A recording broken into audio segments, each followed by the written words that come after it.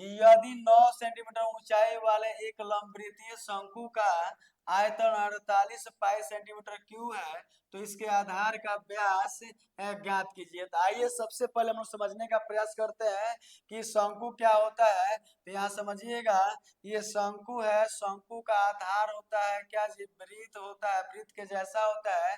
और यहाँ से यहाँ तक अगर लंब खींच देते हैं तो ये हमारा ऊंचाई हो जाता है, यानी एच दिया हुआ है 9 सेंटीमीटर। देखिए यहाँ दिया हुआ है 9 सेंटीमीटर, और यहाँ त्रिज्या हमको निकालना है, यहाँ से यहाँ त्रिज्या होता है, यहाँ से यहाँ त्रिज्या होता है, लेकिन बोला है व्यास। तो 2r बराबर व्यास होता है, यानी मतलब व्यास 2 त्रिज्या के बराबर होता है।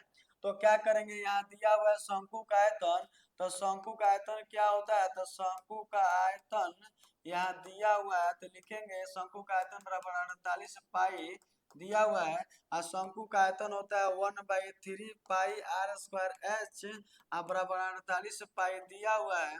तो 1/3 और पाई गुणे आर स्क्वायर तो निकालना है, लेकिन एच का मान दिया हुआ कितना सेंटीमीटर जी, 9 सेंटीमीटर बराबर में 48 पाई। एक बात समझिएगा, ये हमारा पाई से पाई कट जाएगा, और 3 तिरिका 9 3 बार में कट जाएगा, इसको काटने का 16 3 48 16 बार में कट जाएगा, यानी आर स्क्वायर बराबर 16 हो गया। तो यहाँ हम लिख सकते हैं कि अगर 16 का क्या करेंगे, यानी 4 का स्क्वायर लिख सकते हैं, यानी आर स्क्वायर बराबर 4 का स्क्वायर, ये स्क्वायर से स्क्वायर कट जाएगा, आर बराबर 4 सेंटीमीटर आ गया। लेकिन एक बात समझिएगा, 4 सेंटीमीटर तो आ गया, लेकिन पूछा है इसके आधार का व्यास ज्ञात कीजिए। तो व्यास बराबर होता है 2 गुणे त्रिज्या, यानी 2r होता है।